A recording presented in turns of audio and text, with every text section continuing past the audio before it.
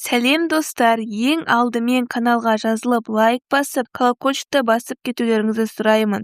14-ші күн. Өзіңді жақсы көру.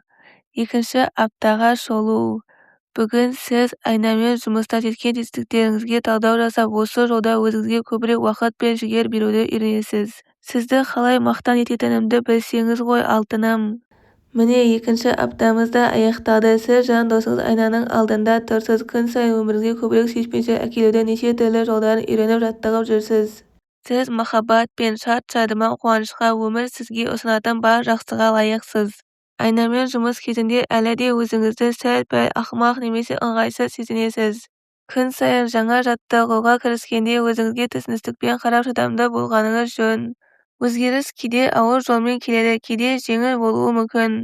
Бұл өзіңді сүю және қабылдау жолындағы ұзақ сапар екенін есте сақтаңыз және жасаған барлық күш-жігеріңізді мойындаңыз. Сөзіңіз бен ісіңіз жайында, олардың арасында алшақтық жайында көбірек білуге айнаның көмектесетінін көрдіңіз. Сізге пайдасын тигізбейтін нәрселерден бас тартуды үйреніп жатырсыз. Өз-өзіңізбен диалогты мұқият тыңдай отырып, оны дұрыс, жағымсыз ойларды оң аффирмацияға сіз сондай-ақ ішкі сыншыңызды өзгеруге деген талпынысыңыз бен күш-жігеріңізді ынталандырып, мақтап отыратын жанкүйеріңізге айналу үшін көп жұмыс істеп жатырсыз. Жарайсыз. Өткен аптада 1-2 дәрісті ішіңіздегі балаға арнадық және сіз екеуінен де сәтті өттіңіз. Өзіңізді құттықтап қойыңыз. Сіз ішіңіздегі баламен таныстыңыз және осы қорғансыз балапанның не сезінетінін түсіне бастадыңыз. Сондай-ақ ол баланы қолыңызда әлдилеп, оны қаншалықты жақсы көретініңізді және оған ешқашан жамандық келмейтінін айтуға уақыт табасыз. Өзіңізді сүю жолындағы осы үлкен қадамды жасағаныңыз үшін мен сізді мақтан етемін.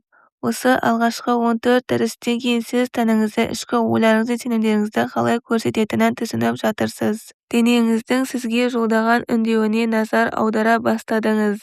Сөйтіп, тәніңізді оған қажет нәрмен нәлендіретін ойлар мен позитивті аффирмациялармен қамтамасыз ете бастайсыз. Сондай-ақ шынайы сезімдеріңіз бен эмоцияларыңыз тіпті теріс эмоция болса да, оны білдіргенде қаншалықты жеңілдеп қалатыныңызды байқайсыз. Сонымен қатар, басқаға деген ашу-ызадан арылу үшін жасаған бүкіл ауыр жұмыс пен жаттығу үшін өзіңізге қошемет көрсетуіңіз керек. Бұл сіздің өміріңізді шынымен өзгерте алатын шипалы тәжірибе. Айнамен жұмыс кезінде үрейлеріңізге шолу жасап, оларды шешу арқылы сіз осы аптада тағы бір маңызды сабақ алдыңыз. Қорқыныш ол сіз емес. Қорқыныш сіздің санаңыздағы шектеу. Сізде махаббат пен қорқыныш арасында әрқашан таңдау болады. Сіз сондай-ақ осы аптада менің сүйікті қағидаларымның бірін қолданып бастадыңыз. Күніңді қалай бастасаң, өміріңді солай өткізесің. Әр күнді сүйіспеншілікке толы ойлармен бастауға күш салып жатқаныңызды ойлағанда төбем көкке сәл-ақ жетпей қалды. Бұл сіздің ғажап күніңіздің қалған бөлігіне жарқын реңк береді. Бар болғанда 14 күнде қанша нәрсе үйренгеніңізді көрдіңіз бе? Айнамен жұмыстың жаңа тәжірибесіне өтіп жатқанда өзіңізді қамшылап жігер беруді жалғастырыңыз. Мен әрқашан сізбен біргемін, соны естен шығармаңыз. Олай болса, бүгінгі күннің қорытындысын мына аффирмациямен бекітейік. Мен әлемге ашықпын және айнамен жұмыс маған үйрететін бар жақсыны қабылдауға дайынмын. 14-ші күннің айна жаттығуы. Бірінші бала кездегі шынымен сондай бақытты сәттеріңізде түсірілген суретіңізді табыңыз. Мүмкін туған күн кешінде немесе достарыңызбен бірдеңе істеп жатқанда не сүйікті орындарыңыздың біріне барған кезде түсірілген сурет бар шығар. Екінші, айнаға жапсырыңыз. Үшінші, суреттегі көңілі шат ойын баласымен сөйлесіңіз. Оған сол сергек күйіңізді қайта сезінгіңіз келетінін айтыңыз.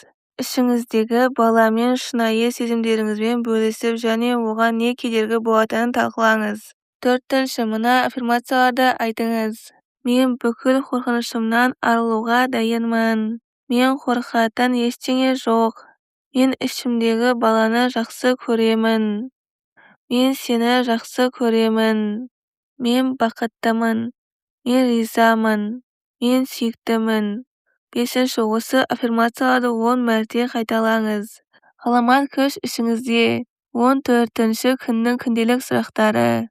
Бірінші, күнделігіңізді ашып, 7-ші күнгі жазған жазбаңызды тауып алыңыз. Екінші, сол күні айнамен жұмыс істегенде жазған ойларыңыз бен не байқағаныңызды оқыңыз. Үшінші, жаңа параққа айнамен жұмыстың екінші аптасынан кейінгі сезімдеріңіз бен байқаған жайттарды жазыңыз. Жаттығу сізге жеңілірек тиіп жатыр ма? Айнаға қарағанда өзіңізді әлдеқайда жайлы сезінесіз бе? Төртінші, қай мәселеде көбірек жетістікке жеткеніңізді жазыңыз. Сондай-ақ айнамен жұмыстың қай тұсында әлі де қиындықтар бар, соны көрсетіңіз.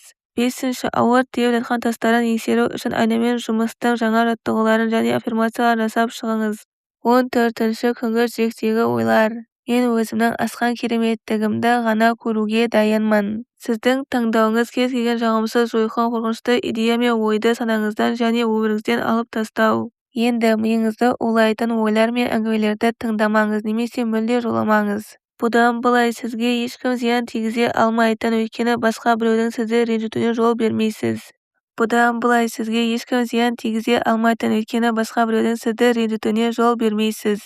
Қаншалықты орынды болып көрінсе де, сіз күйінішке апаратын эмоцияға берілуден бас тартасыз. Сізді ашуландыратын немесе қорқытатын кез келген нәрседен жоғары тұрасыз.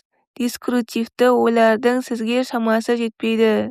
Сіз өмірде жасаңыз келетін нәрсені ғана ойлап сөз қыласыз. Істелуі керек нәрсенің бәріне сіздің шамаңыз жетеді. Сіз өзіңізді жаратқан күшпен біргесіз. Қорқатын дәнеңе жоқ. Сіздің әлеміңізде бәрі жақсы. 14-ші күннің медитациясы. Бойыңыздағы алапат күшті сезініңіз. 14-ші күннің аудиосы.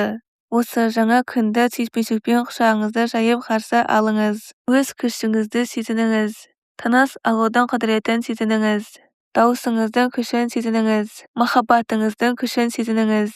Кешіріміңіздің құдіретін сезініңіз. Өзгеруге дайындығыңыздың күшін түсініңіз. Сіз сұлусыз. Сіз Құдай жаратқан керемет жаратылыссыз. Сіз бар жақсыға лайықсыз, жай жақсыға ғана емес, барлық жақсылыққа лайықсыз. Өз құдіретіңізді сезініңіз және сол арқылы тыныштық табыңыз, өйткені сізге төніп тұрған ешқандай қауіп жоқ.